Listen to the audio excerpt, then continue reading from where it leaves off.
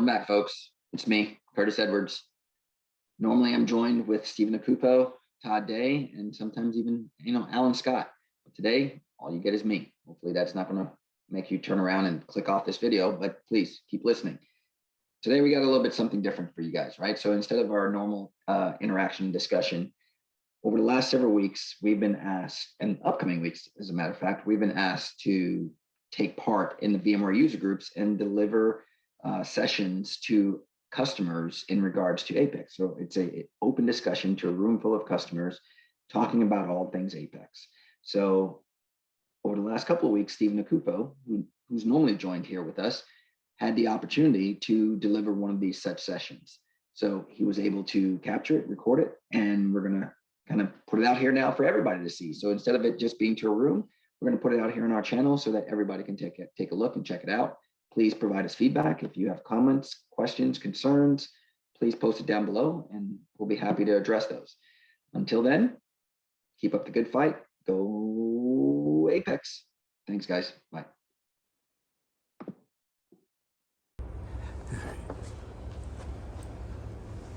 Well, we're going to give it like a minute or two and then I'm going to get started.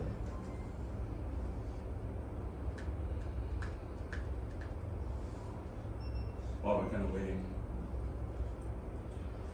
informal poll, who's heard Apex, seen a conversation about Apex happen, or is this brand new to you? Brand new. Heard a little bit, but then we back in. But yeah. At lunchtime, you did. Yes. And then come over next week. So I kind of find like even though the Apex Backup Services isn't in this presentation, I'm going to talk about it because it's kind of the direction of how this thing is going to grow. So it'll be interesting. All right, so let's get this started. Well, my name is Stephen Akuffo. I'm a senior technologist with Dell Technologies. And today we're going to be talking about Apex, specifically the Apex Cloud Services. We're going to do a bit of diversification on the Apex branded portfolio. This is going to be more, well, I'm going to say, enterprise architect focused. There's going to be obviously a little bit of architecture, like a user conference that happened, but then there's going to be more conversations about when and where and why. So let's get the conversation started. And you're not going to leave any VMUG without seeing something about the CEO has said somewhere, right? But there's an actual conversation that's going on these days with a lot of my customers when it comes to the technical requirements of the underlying applications. They just accepted you're gonna have the public cloud, you're gonna have hybrid cloud, you're gonna have multiple clouds, you're gonna have your own data center. But the challenge is, especially with the skill gap that we have in the industry right now, recruiting someone is next to impossible. How do you maintain deep technical, let's call it, skill sets from the VMware days, bringing them into the public cloud days, and still run an efficient organization? Actually, how many of you manage public clouds next to your vSphere clusters today? This is actually a really interesting question to ask at UserCONs versus at conferences. Because a lot of the time when I'm talking to vAdmins, they may not, especially in Canada, where we're only like, I think 15-20% of the market is cloudified, they don't see it as much, but when you talk up the stack to the executives, almost all of them, lower number in Canada, but almost all of them say, yeah, we're going to have to contend with the mix of cloud, we're going to have to contend with the mix of on-premise, and we're going to have to contend with open source, which has been a pain in the butt for everyone who's trying to do it themselves internally. So, to just get the buzzword bingo out of the way, what the challenges that we're trying to address is obviously this multi-cloud complexity. How do I deal with these disparate operational models across these different data centers? You can't be an architect today without actually thinking about cost. It's almost impossible because the way you build the features for your organization is going to have a very direct cost because of that SaaS OpEx model. So how do you build that cost model into your architectures for both on-premise and off-premise? favorite buzzwords, agility. Really what we mean by that is like, can I change my mind for some reason or another? Very often, when you pick a path, you're kind of locked into it. So, this is the most common. I have a lot of conversations with customers where this is pretty common, but even if you don't necessarily manage AWS, you probably have what we used to call shadow IT, or someone swiped a credit card, they have a SaaS application now and it's going on. People thought it was going to be straightforward. I get my data center, I'll do my backups here, I'll do all my monitoring and managing here, and maybe we'll have some new applications in an AWS. GKE at the beginning seemed to have a really good Kubernetes platform, maybe we use them for that. You might go to Alibaba for some very specific feature that you can't get anywhere else. None of them talk to each other, obviously. How does this wrap together? So, I'm going to kind of mention the focus of Apex is on-premise. There are cloud offerings. The idea is without pretending, because we don't want to. We've done this at Dell, everyone has done this where they ship you a rack and they say, hey, this is a cloud now, isn't it? It's like, sure. I'll apologize for us, but the intention is to actually build a cloudified model on-premise. And it breaks down into this portfolio that's called Apex. Now, before I jump into the offerings and the technical underpinnings of them, any questions so far? Pretty straightforward, right? All right, so with the Apex portfolio, the start is the Apex console. Has anyone played with an AWS console or a GKE console, even if you're not using it in production? Pretty much everyone. What would an on-premise console experience look like? And when I say a console experience, you click a button on your console, you get resources. Obviously, with on-premise, shipping has to happen, physical infrastructure has to happen, but still, how do I think about my platform without the minutia of network cards and how many RAM sticks I'm going to put in and what kind of hard drive topology I'm going to use? The console just makes that more straightforward. If this was a longer session, I'd do a demo, but you're typically going to see how much capacity you require, the kind of resources you're going to commit to, be it GPU-focused resources, compute-focused resources, memory-focused resources.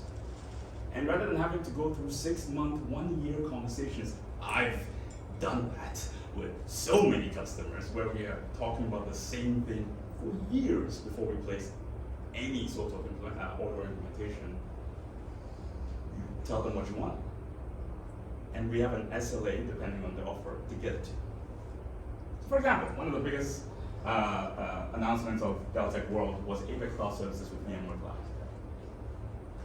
VMware Cloud on AWS is becoming one of the easiest understood cloud platforms because you took vSphere, you put it in the cloud. Yeah, it's gonna be great, right? It makes life easier for you. You have those direct connectivity to the native features. Yeah, you have that ability. What if VMware could manage your VMware SDC on-premise? Not support call just in time, but an actual SRE team from Dell and VMware managing most of the minutia that you have to deal with today. Upgrades, the platform we use, Virtual, kind of does that, but the SRE engineers take care of it. You just need to know what your SLAs are and when that's going to happen. When it comes to almost everything that is busy work in vSphere with managed Apex cloud services on VMware Cloud, with VMware Cloud, that's going to be taken care of by the SRE team, either by the Dell SRE for the underlying physical hardware, the virtual appliances, or by the VMware team for the VMware software. And we work together with the two. Now, this is where things get interesting because Apex is a portfolio. People always ask me what does Apex stand for? No, it stands for Apex, not the sum. The other offerings are where things start to get interesting. So Apex Data Storage Services.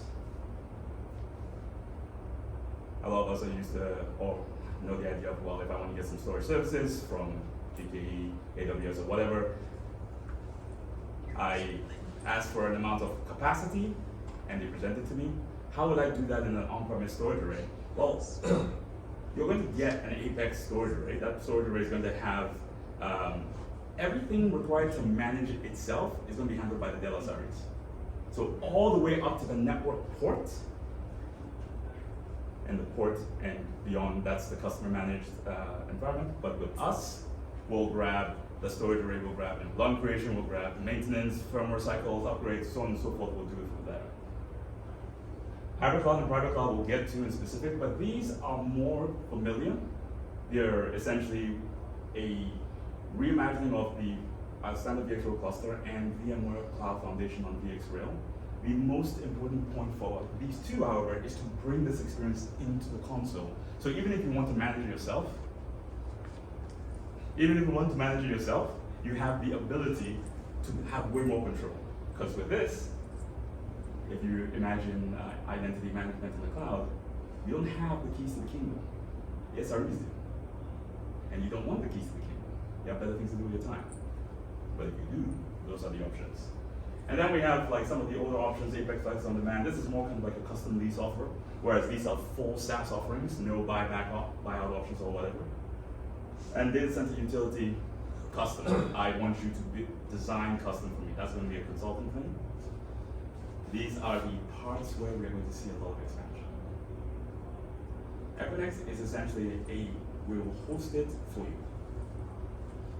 So whereas VMware Cloud on AWS is the raw, or VMware Cloud on X is the raw offering that allows you to just take upstream whatever VMware is building, with some of our partners, you're going to have a VMware hosted solution. It just happens to sit in a different data center. We also have a lot of channel partnerships. For example, Druva is one of the partnerships we have that we use for what we call our Apex backup as a service. And because this is primarily vSphere, and you have some Tanzu thrown in there, when you start to think about the cloud, it's not just a whole bunch of IS. It's not just a whole bunch of like, oh yeah, I have some resources, here I go. I need some data services around that. Backup as a service is a phenomenal example. If you start to notice, the idea is that they want you to think about the console as where you go to make decisions. Yeah, you still talk to your system consultants. Yeah, you still talk to your AEs. You're going to have conversations about what makes sense for your environment. You're going to have conversations about like what kind of applications you're running. But rather than that leading to that 6-month conversation, you can look in the console and subscribe to it, which is weird to think about, like subscribing to hardware, right? Like it's a weird concept until I sat down with it for a bit.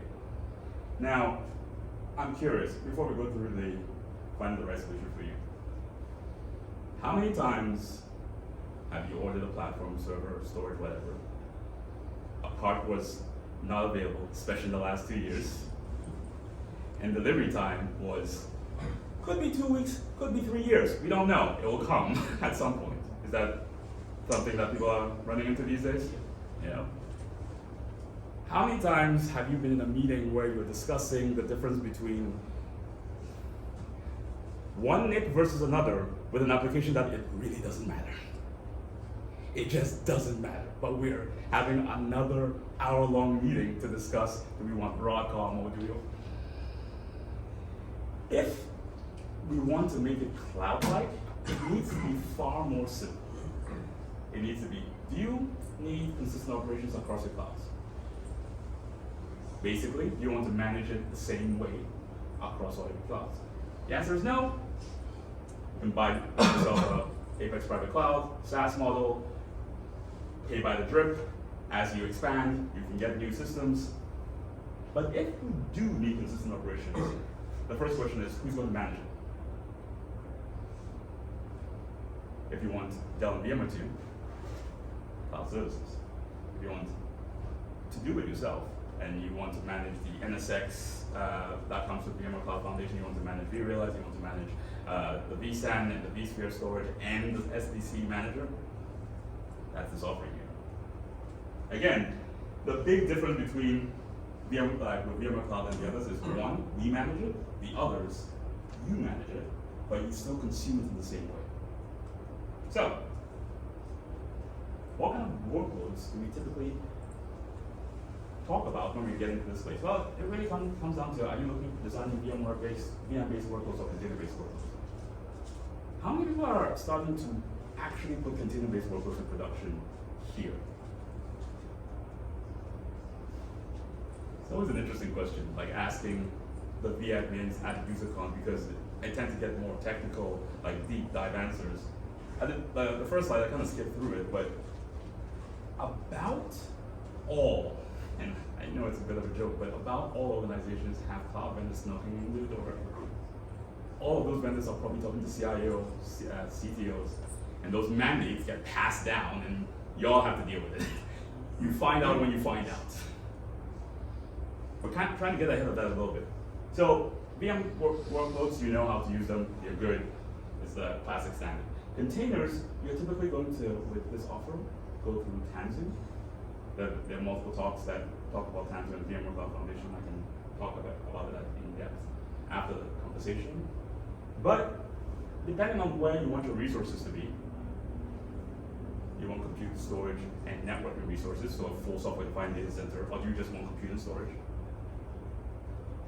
You want to bring the hybrid cloud and have the multi-cloud capabilities of Kubernetes and a Kubernetes managed platform with Tanzu, or you just want VMware, you just want vSphere, you just need a cluster, you just need it easier to manage, you just need to not have a headache about it. This is what a lot of my APEX conversations are starting to sound. Yeah, sure, at some point someone wants to understand what it's running on. Fair, but rather than doing it meeting 1 or 2, and then you're talking about hard drives and NIC cards for the rest of the meeting, we do it meeting 10 or 7, where it's like, okay, this makes sense. What is it? Now, the most important thing about the what we call sizing and architecture is that if you allow us to do an optimal solution based on what we're thinking about, we can ship this to you in 14 days. Literally, we have an SLA around it. You're going to have NVMEs in those systems. You're going to have 10 and 25 gig networks. I think it's 25 gig networks right now. So you are unlikely to have performance issues with the platform that is offered. And if you want the fastest, we will figure out which cards are available, which drives are available, whatever is happening, and ship it to you. On the other hand, if you need more configuration, that 14-day timeline doesn't apply, but we're still going to ship it to you in however you want to do it. Now, what does it actually look like? Cloud services with VMware Cloud is actually making me interested in on-prem again, because I don't know if anyone has the feeling, but we've been doing this a long time. Like, I love me my VMware and I love me my vSphere, but I've worked in so many vSphere consoles. I've demoed vCenter so many times. And it's starting to feel a little bit like the technology world is not moving ahead, but also adding a massive plane that we don't know about. So, with cloud services, the idea is that hey, we want to say you know this stuff already, you've known it for a decade. How about we just take it on? Because you already know it. Don't spend time doing it. We'll do it. So that you guys can focus on something that's important. For example, I talked about workloads. Yeah, VDI, we know VDI, we know databases. Those are things that have become pretty consistent. But who's building CI/CD pipelines today? Anyone? I'm not even sure what data mining is. I can guess.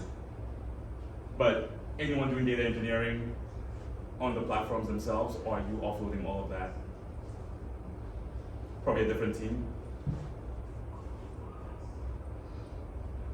When it comes to putting workloads on VMware platforms, we've, as VMware administrators, have had the disadvantage of not really knowing what's in the boxes a lot of the time. Yeah, sometimes we have the name of the application and we know, well, it needs 1,000 IOPS or it needs 2,000 IOPS, but a lot of the times we're just building boxes for other people to use. Very nice boxes, complicated webbings for all those boxes, but that's what we're doing. As as we move into this new era, being able to do this without knowing all the intricacies is one of the things that Apex's stations do. It turns you. You don't have to worry about what the CI/CD pipeline is. You don't have to worry about how containers work. You just know that the platform is going to be able to do it because Apex, based on VxRail, can pretty much handle any workload. And Tanzu as an extended service means you don't really need to worry about how do I connect this thing all together once we release it. You can just consume Kubernetes as a service on the Apex platform. Now when you come down here, this is where you would typically remember. Okay, so rather than hard drives and network cards, instance type. Right? Like I'm looking for something that has large scale memory because I'm running some massive databases. Or I don't care, I just need 1,000 web servers and general purpose VMs and other containers that people are playing with and doing dev tests with. You can go with a G-scale. That decision becomes the main thing when you're choosing a Apex cloud with VMware Cloud Services, because you select the kind of instances you want, you select how many VMs you want from that, and then we will build the underlying configuration. You can worry about capacity, subscription, and location. Now, as a conversation, how does this feel? I know this is the first time we're talking about it, but like compared to normal SE calls, I've been an SE before for years, and even in engineering, we still have this. Does this feel like a doable conversation? And what I'm specifically asking is that, yes, it's hiding a little bit of the underlying complexity, but is there anything needed beyond this to make an initial decision as to, I need resources and I need a workload, and I need to know where to place my workload? This is more for me to take back to product management. If anyone thinks, let me know, because I think it works. But as I speak to more customers, we'll see what happens, and we'll see if the conversation needs to evolve. So let's bring it down for the last part. We kind of talked through this, but again, everyone says this, but I hope by showing that we taking on the SRE task is not so that vAdmins don't have anything to do. It's because vAdmins are being asked to do too much. Do you really need to be the one who presses the button to update the drivers? You don't. But you need to know that updates are happening. So you can focus on innovating. What does the platform need to do? What versions do we need to be at to be for the application that we're running? And Dell Technologies will own the underlying infrastructure itself. We'll put an SLA in front of it. You can have a CSM to call, a customer success manager, who's just always there. So you don't necessarily have to call your account guy, because sometimes you don't have a sales call. You know, it's like something you just don't want to have a sales call. Then you talk to your account success manager. So, I said I'll talk about private and hybrid cloud a little bit, and I'm going to kind of wrap up with probably some of the, we'll see some of the management stuff. But with Apex private and hybrid cloud, the idea is we don't manage it, but a lot of the same models that we talked about are in play. So you use the console, you decide what kind of cloud. Are you building a hybrid cloud, which is essentially VMware Cloud Foundation, a private cloud, or a local VxRail powered Apex cluster? What type of instances? How many instances? In your subscription term. Now, you keep seeing the term subscription. This is and I've said it a couple of times, but to be specific, this is a full SaaS offering. Someone could swipe a credit card and purchase this. You will pay by the month. The terms are typically for how long are you going to commit to having it on site, and the longer you are, the more you get off the price. But essentially, you're building a platform that has an operational cost.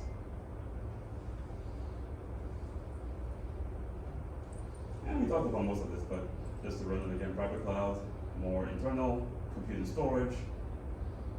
I haven't mentioned it so far, but how many of you are familiar with VxRail as a platform? So a couple people in the room.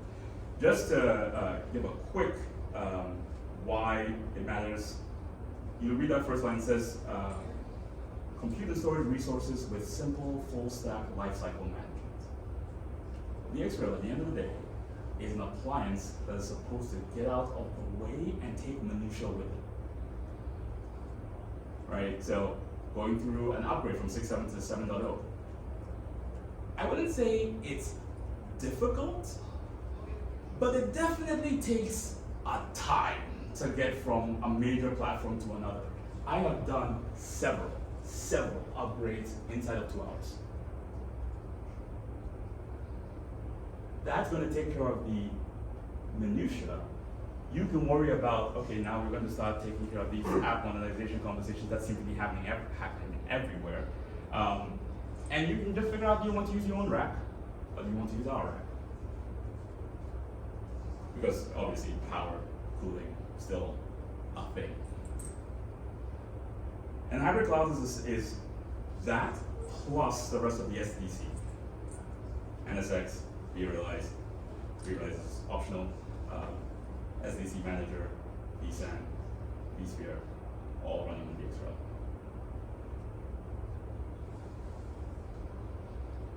But yeah, any questions before we kind of wrap up? For the Apex Manager, does it have visibility into local domains?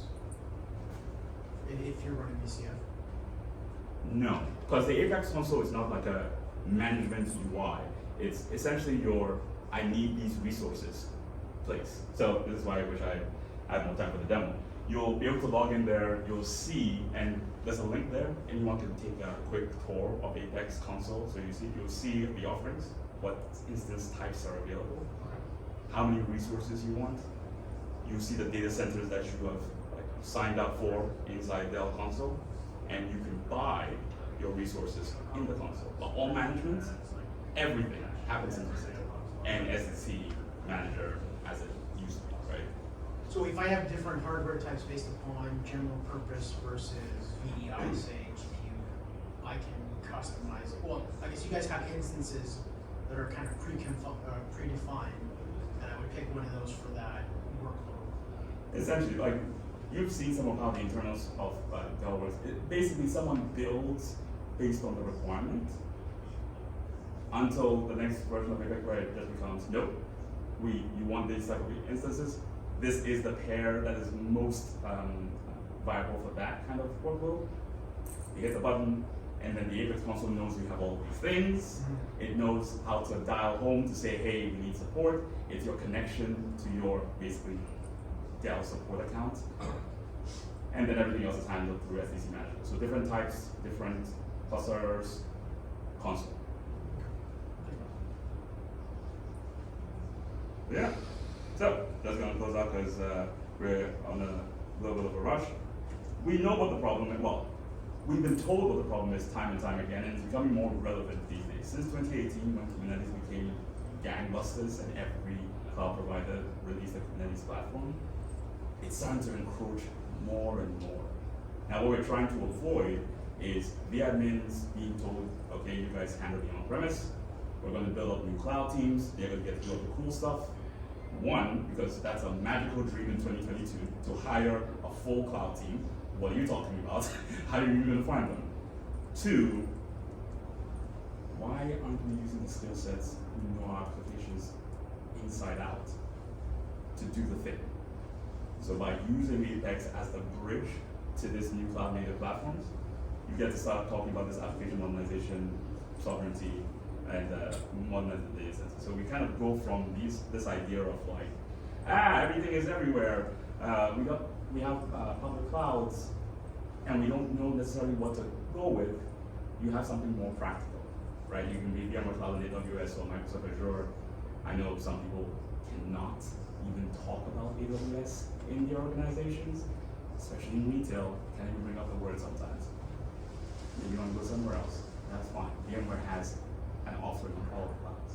So now you have VMware on X, which looks exactly like your on-premise system. Apex, which is what you're used to through vCenter. Everything is managed the same way. Sometimes, depending on your architecture, in the same vCenter. Takes all of that nonsense out of your hair, we deal with that complicated architecture, you just get to consume. So, where can you learn more? We'll send out this deck. This deck is going to have the link is going to give you the ability to click into the Apex console. You'll be able to take a tour, see how it looks, to actually order things or play around with things.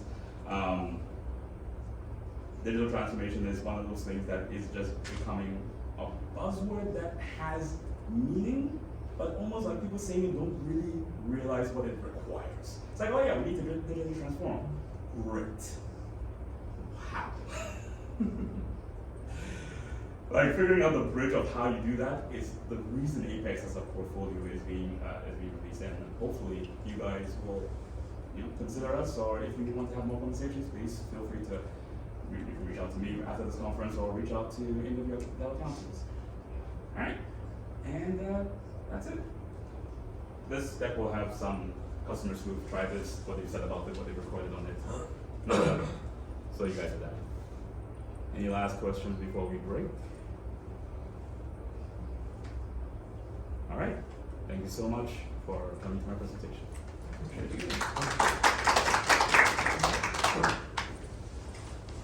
I know you. Stevie boy, how are you? Good, honey. I got no more.